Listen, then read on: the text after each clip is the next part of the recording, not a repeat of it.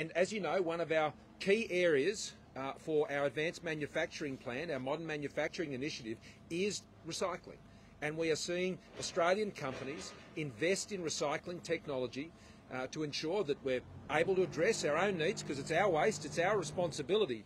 But I'm excited to see the innovation we're seeing in companies right here in Tassie that is taking up those opportunities in the recycling industry for some of the most obvious products that Australians use each and every day. And it's part of our economic plan. I mean, the building blocks of our economic plan are to ensure that we keep taxes low, to ensure that we're investing in the skills and the infrastructure that Australia's economy needs to grow into the future, to ensure that we have reliable, affordable energy to support businesses, to ensure that we are enabling businesses to use the technology and the digital technology in particular that enables them to be competitive, and to make sure we make things here in Australia, like we are here at Island Block and Paving. Managing a strong economy is what I've said right from the outset of this campaign, is what this election is all about. And Australians have an important choice to make this weekend. As a government, we've seen unemployment fall from 5.7% down to 4%. When Labor were last in power, it increased from 4.4% to 5.7%. Now, there's only one difference between what was happening when Labor was last in power and when we are. And that is the global downturn in the economy that we have had to deal with was 30 times worse than the global financial crisis that Labor dealt with when they were in power. 7 out of the last 8 years, we have seen the minimum wage rise higher than inflation. When Labor was in power, 3 out of only of those 6 years did that occur. And as a result, we're seeing more people in work. As we looked out into the pandemic, we thought that we would see unemployment go to 15%. And here we are today with unemployment at 4% and likely to fall in the future, as the Reserve Bank has forecast. We have unemployment for young people in this country down to 8.3%.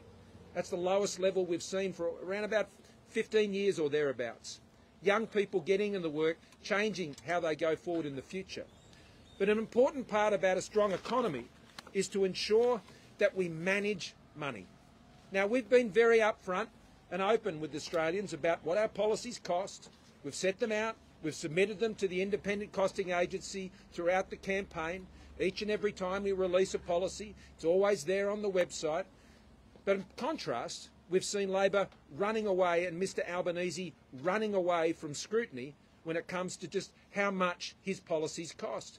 We're so late in the campaign now, and even today he wanted to run to the other end of the country, away from his own travelling media pack, so he wouldn't have to face questions. Now I'm pleased that media were able to pressure him back into facing that scrutiny today. But managing money is central to how you run a strong economy. And our government has retained a AAA credit rating, one of only 9 countries to do so through the course of this pandemic. Managing money is important because we know from Labor that when they can't manage money, they always come after yours. And they come after it with higher taxes. There is a hole in Labor's bucket when it comes to their economic management. There's a hole in their bucket when it comes to how they manage money. And what that means is higher taxes in the future. Labor are abolishing the tax speed limit that we put in place. They are removing the constraints that we impose on our budget that don't let taxes rise beyond what we believe is a sensible level of maximum taxes that an economy can support. We're ensuring that we keep the constraints on responsible spending. Mr Albanese wants to abolish those. The Shadow Treasurer Jim Chalmers is running around saying higher deficits, $1 billion there, $1 billion here. You know, it's no big deal. That's what Labor's Shadow Treasurer has said just this week. And Labor not being able to manage money is a real risk to Australians. It's a real risk to your bottom line. You know, we've all got to manage our budgets effectively. We've all got to live within our means as best as we possibly can. And governments are no different to that. And that's why, as a government, we've put in place strict disciplines to ensure that we keep taxes low and that we also keep spending under control. The other thing we're doing is ensuring that Australians can use their own resources. Here we are at a company that makes bricks and pavers that go into new homes. And only under a Liberal national government will Australians be able to access their own money in their own superannuation to ensure that they can get their start in the housing market. And right here in Tasmania, it's been one of the hottest housing markets anywhere in the country, particularly down in Hobart. And we want young people and people of all ages who don't own a home to be able to own a home. And only by voting Liberal National this Saturday, Susie Bower here in the seat of Lyons, and Bridget Archer up there in Bass, and of course Gav Pearce over there in Braddon, where I was last night.